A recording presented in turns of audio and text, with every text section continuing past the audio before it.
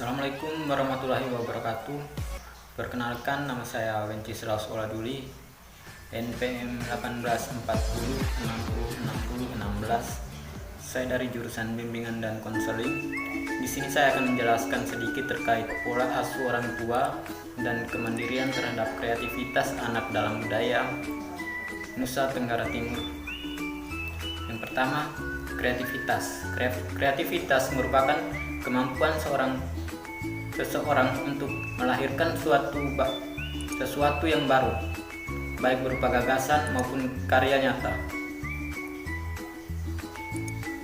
baik dalam bentuk ciri-ciri, attitude maupun non-attitude, baik dalam karya baru maupun kombinasi dengan hal-hal yang sudah ada, yang semuanya sudah relatif berbeda dengan apa yang telah ada sebelumnya.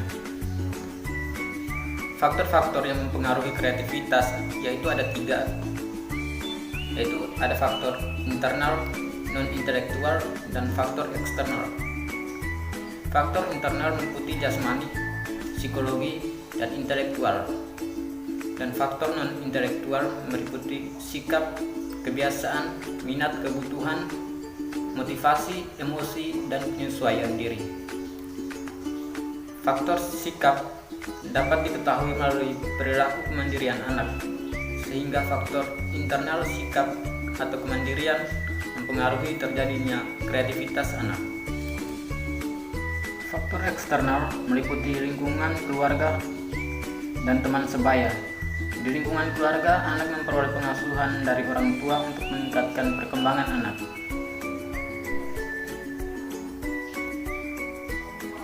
Yang kedua, pola asuh orang tua.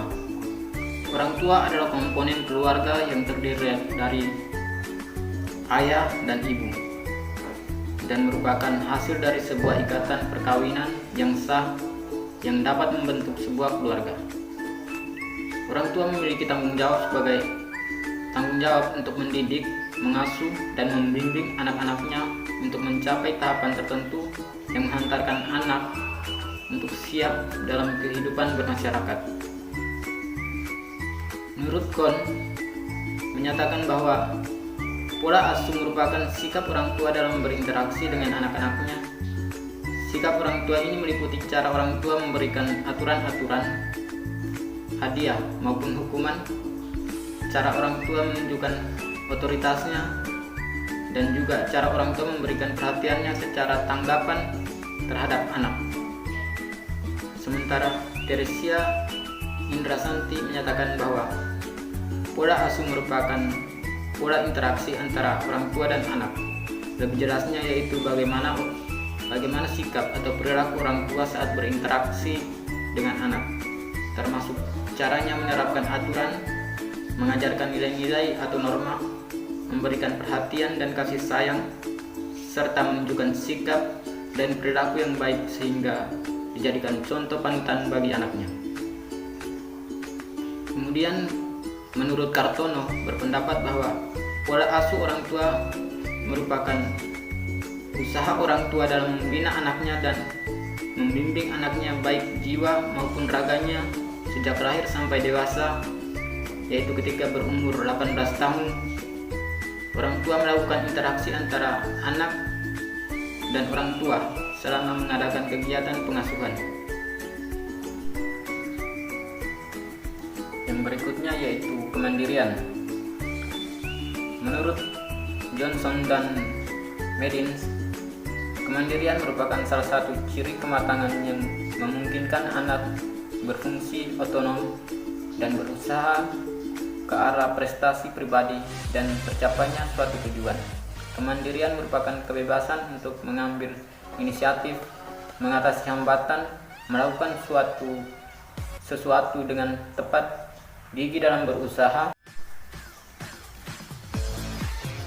Yang berikutnya yaitu pola asuh orang tua dalam budaya NTT.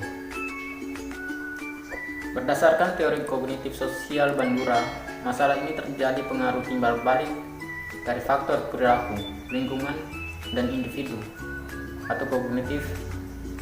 Tidak ada faktor tunggal berkaitan dengan masalah rendahnya level kemandirian anak dalam keluarga di Kupang. Ada dua faktor yang saling berkaitan erat dalam masalah ini, yaitu faktor individu dan lingkungan. Yang dimaksud dengan faktor individu yaitu pola pikir dan karakter orang tua. Dalam budaya NTT, pola pikir kebanyakan orang tua dalam mengasuh anak yaitu anak yang baik adalah anak yang pendiam, penurut, dan tidak banyak memberikan pendapat yang berbeda dari orang tuanya. Selain itu, orang tua memiliki karakter dalam pola asuh yang dominan dan keras sehingga sulit untuk mau mendengarkan pendapat anak. Penyebabnya, hingga orang tua memiliki sikap dominan karena sejak masa kecil mereka juga diabaikan hak partisipasinya, sehingga ketika dewasa mereka kurang sadar jika perilakunya itu salah dan melanggar hak partisipasi anak. Yang dimaksud dengan faktor lingkungan yaitu budaya masyarakat di Kupang yang cenderung mendukung pola asuh otoriter orang tua. Yaitu saja penjelasan dari saya, kurang dan lebihnya mohon maaf. Sekian dan terima kasih. Wassalamualaikum warahmatullahi wabarakatuh.